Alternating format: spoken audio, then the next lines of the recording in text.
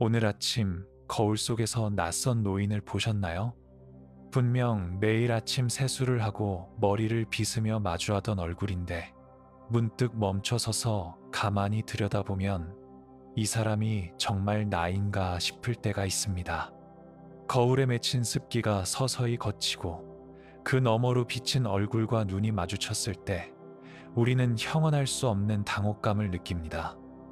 내 기억 속에 나는 여전히 뜨거운 현장을 누비고 아이들의 고장난 자전거를 척척 고쳐주고 세상의 모든 닫힌 문을 열 수 있을 것만 같은 청년인데 말입니다. 거울 속의 그 남자는, 그 여자는 어깨가 조금 굽어 있고 눈가는 흐릿합니다. 내가 새기지 않은 깊은 골짜기가 얼굴 여기저기에 패어 있습니다.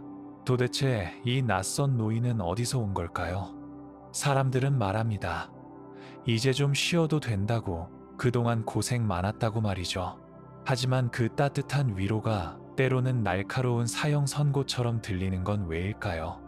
그것은 아마도 우리가 쉬는 법보다 쓸모 있는 사람으로 사는 법을 먼저 배웠기 때문일 겁니다. 여기 평생을 무언가를 만드는 사람으로 살다가 어느 날 갑자기 세상에서 지워진 것 같아 절망했던 한 남자의 이야기가 있습니다. 35년 동안 건설 현장에서 전기 설비를 만지던 기술자 박만수 씨의 이야기입니다. 만수 씨의 기억은 늘 손끝에서 시작되었습니다. 그가 기억하는 가장 오래된 감각은 8살 무렵 아버지가 쓰시던 낡은 퇴치의 서늘하고 묵직한 촉감이었습니다. 가난했던 그 시절 만수 씨는 고장난 라디오나 버려진 시계를 분해하는 게 유일한 놀이였습니다. 동네 아이들이 딱지치기를 할 때 그는 동네 어른들이 버린 라디오 속에서 구리선을 감고 자석을 떼어내며 자신만의 우주를 만들었습니다. 어느 날은 어머니가 아끼던 재봉틀을 몰래 분해했다가 호되게 매를 맞기도 했습니다. 하지만 만수 씨는 울면서도 생각했습니다. 이 안에 톱니바퀴가 어떻게 맞물려 돌아가는지 알았으니 이제 됐다고요. 그때부터 그의 손에는 작은 흉터들이 하나둘 생기기 시작했습니다. 드라이버에 긁히고 전선에 베인 자국들. 그 흉터들은 만수 씨가 세상을 이해하는 그만의 방식이었습니다. 성인이 된 만수 씨는 건설 현장의 전기 기술자가 되었습니다. 80년대와 90년대, 대한민국이 하루가 다르게 솟아오르던 시절이었습니다. 그는 새벽 4시에 일어나 찬밥을 물에 말아먹고 현장으로 향했습니다. 겨울엔 손가락이 곱아 전선을 피복하는 것조차 고통이었고, 여름엔 땀이 눈에 들어가 앞이 보이지 않는 날들이 반복되었습니다. 한 번은 이런 일도 있었습니다. 큰딸의 첫 돌잔치 날이었죠. 갑자기 현장에서 비상 연락이 왔습니다. 지하 배선실에 누수가 생겨 건물이 통째로 정전될 위기였습니다. 만수 씨는 새 옷을 입고 방긋 웃던 딸의 얼굴을 뒤로 하고 작업복을 챙겨 입었습니다. 아내의 서운한 눈빛을 모른 척하며 현장으로 달려간 그는 무릎까지 차오른 차가운 물속에서 꼬박 8시간을 사투했습니다. 마침내 건물에 다시 환한 불이 들어왔을 때 그는 온몸이 젖은 채 현장 바닥에 주저앉았습니다. 딸의 돌잔치는 이미 끝나 있었고 아내는 고생했다는 말 한마디 없이 그에게 수건을 던져주었습니다. 하지만 만수 씨는 그날 밤 잠든 딸의 작은 발을 만지며 혼잣말을 했습니다. 아빠가 세상에 불을 켰다. 우리 딸 앞길도 이렇게 환했으면 좋겠네. 만수 씨에게 일은 단순히 돈을 버는 수단이 아니었습니다. 사랑하는 이들을 지키기 위해 어둠과 싸우는 투쟁이었고 자신의 존재를 증명하는 유일한 언어였습니다. 시간이 흐르며 만수 씨는 업계에서 전설적인 존재가 되었습니다. 다른 기술자들이 포기하고 돌아가는 복잡한 배선 문제도 만수 씨가 귀를 대고 가만히 기계의 진동을 느끼면 해결책이 나왔습니다. 그는 기계가 내는 작은 소음만으로도 어디가 아픈지 알아내는 의사와 같았습니다. 한 번은 거대한 공장의 메인 제어반이 멈춘 적이 있었습니다. 독일에서 온 기술자들도 고개를 저으며 부품을 통째로 갈아야 한다고 했습니다. 며칠간 공장이 멈추면 수십억의 손실이 나는 상황이었습니다. 그때 만수 씨가 나섰습니다. 그는 전선 더미 속에 고개를 묻고 반나절을 보냈습니다. 그리고는 손톱만한 작은 부품 하나를 닦아내고 다시 끼웠습니다. 자, 이제 돌려보세요. 웅성거리던 사람들의 시선 속에서 전원이 켜졌고 기계는 거짓말처럼 부드러운 소리를 내며 돌아가기 시작했습니다. 사람들은 환호했고 독일 기술자는 놀라운 표정으로 그의 거친 손을 잡았습니다. 그때 만수 씨는 처음으로 자신의 주름진 손이 아름답다고 생각했습니다. 그 손톱 밑에 박힌 지워지지 않는 기름때가 훈장처럼 느껴졌습니다. 하지만 세월 앞에 장사는 없었습니다. 35년을 몸담았던 현장을 떠나는 날, 동료들은 뜨거운 박수를 보내주었습니다. 만수 씨는 웃으며 대문을 나섰지만 다음 날 아침 눈을 떴을 때 그는 갈 곳이 없다는 사실을 깨달았습니다. 가족들이 출근하고 등교한 뒤 고요해진 거실에 홀로 남겨진 만수 씨.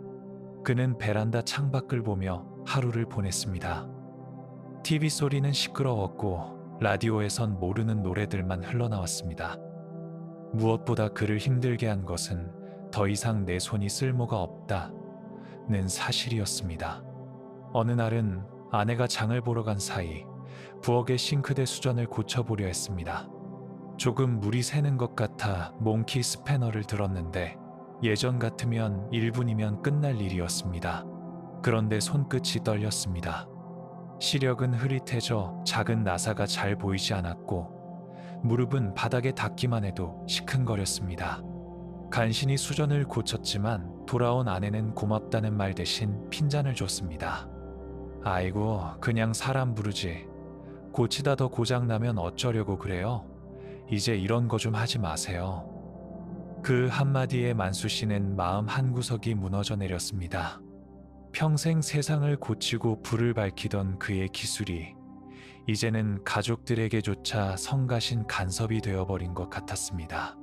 그는 거실 거울 앞에 서서 자신의 손을 한참 동안 내려다보았습니다. 주름지고 투박한 손. 이제 이 손은 아무것도 고칠 게 없구나. 세상은 나 없이도 너무나 잘 돌아가는구나. 퇴직 후의 상실감은 사소한 곳에서도 그를 괴롭혔습니다. 얼마 전 손녀가 좋아하는 햄버거를 사주기 위해 동네 매장을 찾았습니다. 가게 안에는 주문을 받는 직원은 없었고 커다란 기계 한 대만 서 있었습니다. 키오스크라고 부르는 그 기계 앞에선 만수 씨는 당황했습니다. 화면은 빠르게 바뀌었고 글씨는 너무 작았습니다. 뒤에 줄을 선 젊은 사람들이 한숨을 내쉬는 소리가 들렸습니다. 마음이 급해진 만수 씨의 손가락은 자꾸 엉뚱한 곳을 눌렀습니다. 결국 그는 주문을 포기하고 가게를 나왔습니다. 빈손으로 돌아오는 길, 만수 씨는 서글픔이 밀려왔습니다. 35년 동안 복잡한 전기회로를 만지던 내가 햄버거 하나 주문 못하는 바보가 된 걸까? 세상이 자신을 빠르게 앞질러 가고 자신만 뒤처진 채 버려진 기분이었습니다. 그러던 어느 주말이었습니다. 7살 난 손녀가 눈물이 그렁그렁한 채 박 씨를 찾아왔습니다. 손녀의 손에는 소리가 나고 춤을 추는 작은 곰 인형이 들려 있었습니다. 손녀가 가장 아끼는 보물이었는데 어느 날부터인가 소리가 나지 않았던 겁니다. 아빠와 엄마가 수리센터에 가져가 봤지만 요즘 이런 장난감들은 워낙 조잡하게 만들어져 수리가 불가능하다는 답변만 들었습니다. 새로 사주겠다는 아빠의 말에 손녀는 싫다며 울었습니다. 울먹이는 손녀의 얼굴을 보며 박 씨는 가슴 한쪽이 뜨거워졌습니다. 그는 10수년 만에 창고 구석에 처박아 두었던 먼지 쌓인 공구함을 꺼냈습니다. 낡은 걸쇠가 철컥하며 열리는 소리. 그 안에는 평생 그와 함께했던 공구들이 녹슬지 않은 채 누워 있었습니다.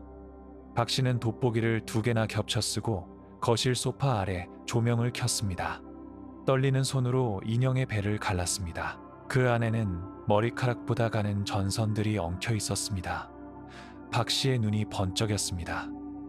35년 동안 매일 보던 그의 세상이, 그의 우주가 그 작은 인형 안에 있었습니다. 1시간, 2시간, 식사 시간도 잊은 채 그는 몰두했습니다. 침침했던 눈이 맑아지고 떨리던 손끝은 다시 예리해졌습니다. 끊어진 미세한 전선을 다시 잇고 먼지를 털어내고 기름칠을 했습니다. 마침내 지직거리는 소리와 함께 인형에서 맑은 멜로디가 흘러나오며 곰 인형이 다시 춤을 추기 시작했습니다. 그 순간 손녀는 박씨를 꽉 끌어안으며 외쳤습니다. 할아버지는 마법사 같아. 세상에서 우리 할아버지가 제일 멋져. 박씨는 그제야 깨달았습니다. 거울 속 그 노인은 낡고 버려진 존재가 아니라 수만 개의 문제를 해결해온 마법 같은 열쇠를 여전히 손에 쥔 사람이라는 것을요. 비록 키오스크 앞에서는 서툴고 싱크대 수전 하나에 끙끙대기도 하지만 그가 쌓아온 35년의 시간은 결코 어디로 사라지지 않았습니다. 지금 이 이야기를 듣고 계신 당신께 묻고 싶습니다. 당신의 손은 무엇을 기억하고 있습니까? 당신이 평생 잡아온 자동차의 핸들, 수만 번 두드렸던 키보드, 사랑하는 이들을 위해 씻어냈던 그릇들과 빨래들. 당신의 손가락 마디마디에는 당신이 사랑했던 사람들의 이름과 당신이 견뎌온 삶의 무게가 고스란히 기록되어 있습니다. 세상은 당신이 은퇴했다고 이제는 뒤로 물러날 때라고 말할지도 모릅니다. 하지만 당신의 숙련된 영혼은 결코 은퇴하지 않았습니다. 거울 속 그 낯선 노인을 다시 한번 가만히 들여다보세요.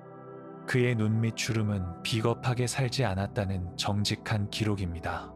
그의 굽은 등은 사랑하는 이들을 위해 세상을 등 뒤에 지고 묵묵히 걸어온 위대한 거인의 자국입니다. 우리는 늙어가는 것이 아닙니다. 우리는 인생이라는 긴 영화의 가장 깊고 아름다운 클라이맥스를 향해 무르익어가는 중입니다. 과일이 가장 달콤한 향기를 내는 것은 떨어지기 직전이듯 우리의 삶도 이제야 비로소 가장 깊은 지혜의 향기를 내뿜기 시작한 것입니다. 그동안 참 잘 사셨습니다. 정말 고생 많으셨습니다. 가족이라는 이름을 지키기 위해 당신의 이름 석자를 지우고 살아온 세월, 그 깊은 헌신을 우리는 압니다. 하지만 당신의 이야기는 여기서 끝이 아닙니다. 이제 그 마법 같은 손으로 다른 누구도 아닌 당신 자신을 보살피고 사랑하는 일을 시작하십시오. 낯선 기계 앞에 서는 것을 두려워하지 마세요. 그건 당신이 못나서가 아니라 당신이 살아온 방식과 세상의 속도가 잠시 어긋났을 뿐입니다. 당신이 고친 손녀의 인형처럼 당신의 삶에도 다시 불이 들어오고 멜로디가 흐를 수 있습니다. 오늘 밤 잠들기 전 거울 앞에 서서 자신에게 인사를 건네보세요. 현로가, 만수야, 그동안 참 수고 많았다. 미안하다는 말 대신 고맙다는 말을 전해보세요. 당신이라는 존재 자체가 누군가에게는 이미 기적이었습니다. 당신이 켰던 그 밤의 불빛들이, 당신이 닦아낸 그 평범한 날들이 지금의 세상을 만들었습니다. 다시 찬란하게. 우리는 당신의 모든 순간을 기억하고 응원하겠습니다. 당신의 인생 2막은 이제 막 첫 장면을 시작했을 뿐입니다. 낡은 공구함을 다시 열 듯 당신의 가슴 속에 묻어두었던 꿈과 열정을 다시 꺼내보세요. 우리는 내일도 이곳에서 당신의 이야기를 기다리겠습니다. 평안한 밤 되시길 바랍니다. 내일 아침, 당신은 거울 속에서 세상에서 가장 멋진 주인공을 다시 만나게 될 것입니다. 당신은 여전히, 그리고 앞으로도 찬란할 자격이 충분합니다.